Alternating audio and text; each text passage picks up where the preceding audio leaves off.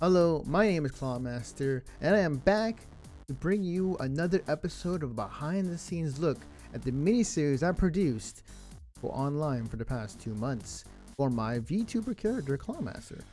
Now, I will be going over episode 2, which is titled Answering the Call, which was a debut or voice debut of the evil villain within the series.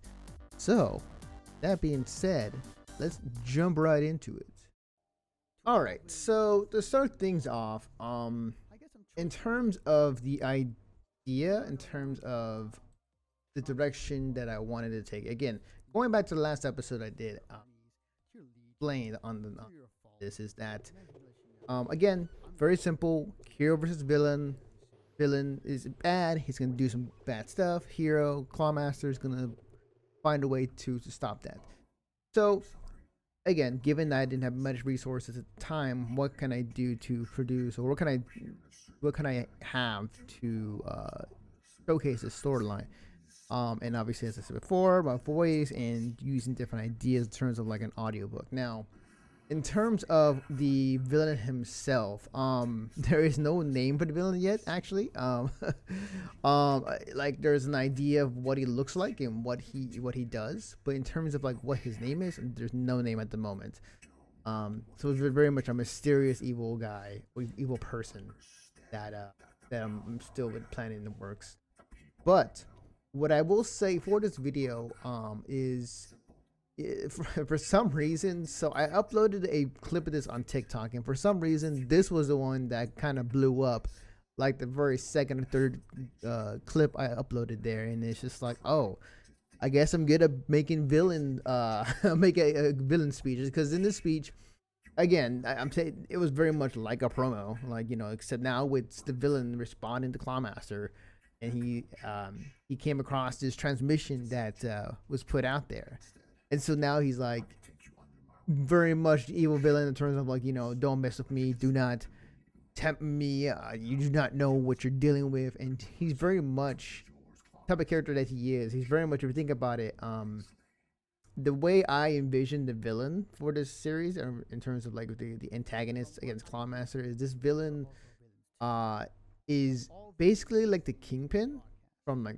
Marvel Spider-Man, or basically like Lex Luthor, the rich, the rich powerful business people that you often see in comics. Is kind of the same idea I'm going with this character, and that he is very rich and he is very powerful. He has reach. He's that type of archetype of a villain. So when he's threatening Clawmaster with this message, he's also saying that, I have reach where you don't. I have this reach of, you know, things that you may not even know of that I have, and I am going to use it if I have to.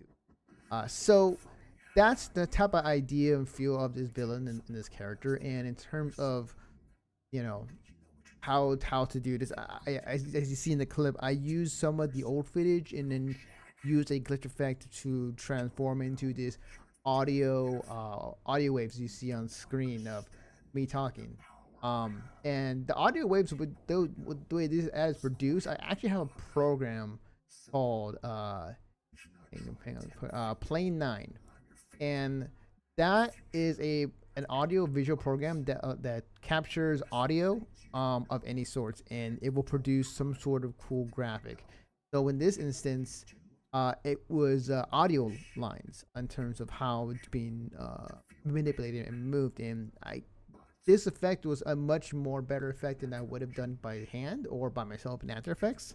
It got a bunch of pre-made stuff in Plane 9. So if you're looking for some audio uh, visual effect, I suggest going there. It's a pretty cool program. It's free, and you can check it out. Make sure your computer can run it. That's the big key there.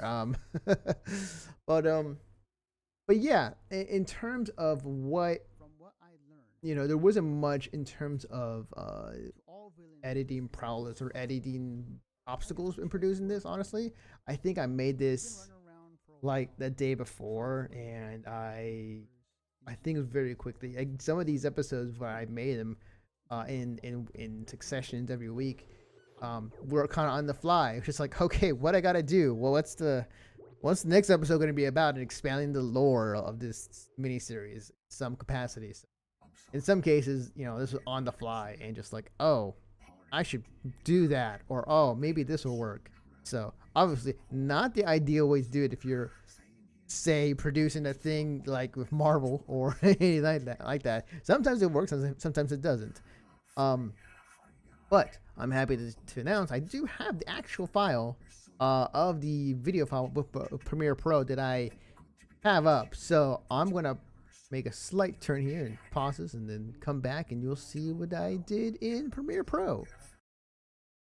Okay, so we're back, and this is the Premiere Pro version, or the editing part of it, in terms of episode 2 that I did.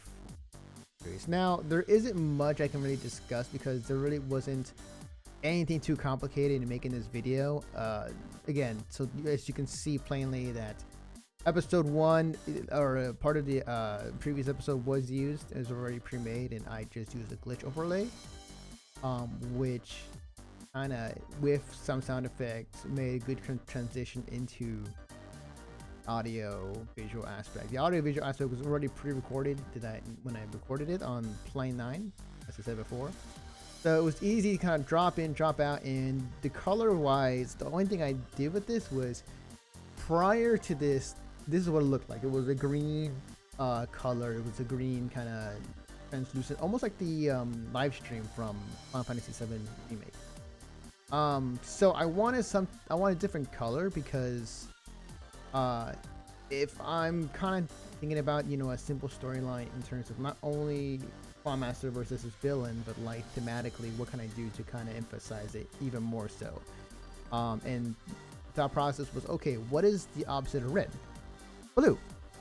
So then what I did is I made the color to blue to indicate that this is the villain.